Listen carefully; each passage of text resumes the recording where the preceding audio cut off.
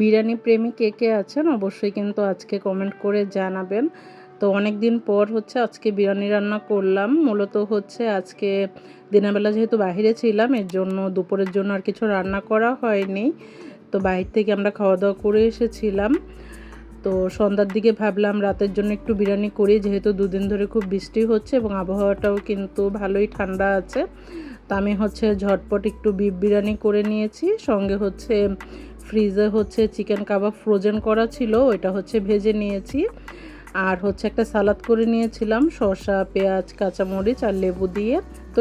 এই করলাম হচ্ছে আমার শুক্রবার রাতের আয়োজন। নর্মালি দেখা যায় আমি শুক্রবার দুপুরে কী রান্না করি এটা আপনাদের সাথে শেয়ার করি, বাট আজকে শুক্রবার দুপুরে যেহেতু কিছু করা হয়নি, ভাবলাম রাতে কী রান্না করেছি এটাই আপনাদের সাথে শেয়ার করি। তো ভিডিওটি কেমন লাগলো অবশ্যই কিন্তু কমেন্ট করে জানাতে ভুলবেন না। সবাই ভালো থাকবেন, সুস্থ থাকবেন। আল্লাহ হাফেজ।